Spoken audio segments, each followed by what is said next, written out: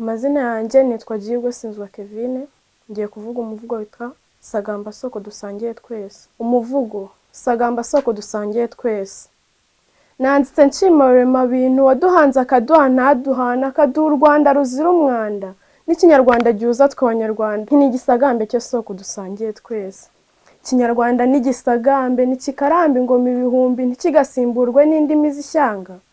Cyo ngo mbyuhe umuco wacu ntugacike, ntugacuye ntugacubangane. Dore igihanga ngo mijana yibarutse umubyeyi ukanyarwanda, kari gasaba gatangira kwanda, gahinduka u Rwanda ruzira umwanda. Turagwa isano dusangiye isoko. Ntitukivuga uko bikwiye, indimi zandi tuzivugaho bikwiye, no kuzivanga si ubusirimu, ahubwo ni ugusiba isoko tuvoma, umupfa agatera tugapfa twese. Muyobozi mwiza nkunda kandi nubaha, ubaye iyo soko duhuje isano, vuga ururimi rwacu dutege yombi, twicaze yombi duhuze umugambi. Mumbwirwaruhame zanyu nziza z'ikinyarwanda. Reka manuke rero n'ibirenge ku murenge, umuyobozi ati uranyirandevu nazana yiti. Nuko umukecuru azindutse ati irayidi nyizi mu basiramu ati randevu yose indana yica n'iryera, ko se no kuvuga irangamuntu biranagoye. Mu nkundo yigiriye n'inyoni, umuyobozi itoze kuvuga ururimi rwacu, dutoze natwe kurusigasira, n'abadusanga badusangane, bityo ubusabane ntibukure busabone. Murezi mubyeyi ntege yombi, dore nkomye yambaha ku gasambi, dore ko agasambu kanjye ari iri shuri, dushora isoko dushoke twese, dusome ku ntango turasa intego.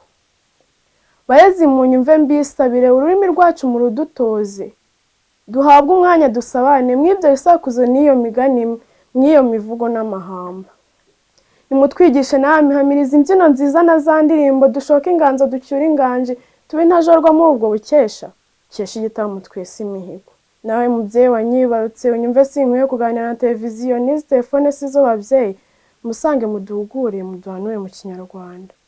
Utubuze kuzana ico mu muco wacu, ndavuga zangirwa ndimi z'ubu ngubu zisa n'izaziye koreka umuco wacu. Twoye gutema ishami twicariye, nyamara gataye umuco kabagahuru. Ikinyarwanda ni igisagambe cy'ubukombe kigumye kwanda, tuhe umuganda igihugu cyacu, tukimyekanishe n'ibwota amasimbi, ahubwo ururimi ngagi n'amasimbi akarisimbi. Banyarwanda nshuti duhuje isano, nitwe bukungu rwatubyaye, ururimi rwacu niruduhuze, duhuze intero duhuze intego, duhuze intambwe duheze urwango. Ariko se koko mbabaze munsubize, ko mbona ibyapa byanditse muzo ntazi, n'abanyarwanda batanazizi, abo ubwira ntibafuture, ubwo yose amafuti babyeyi.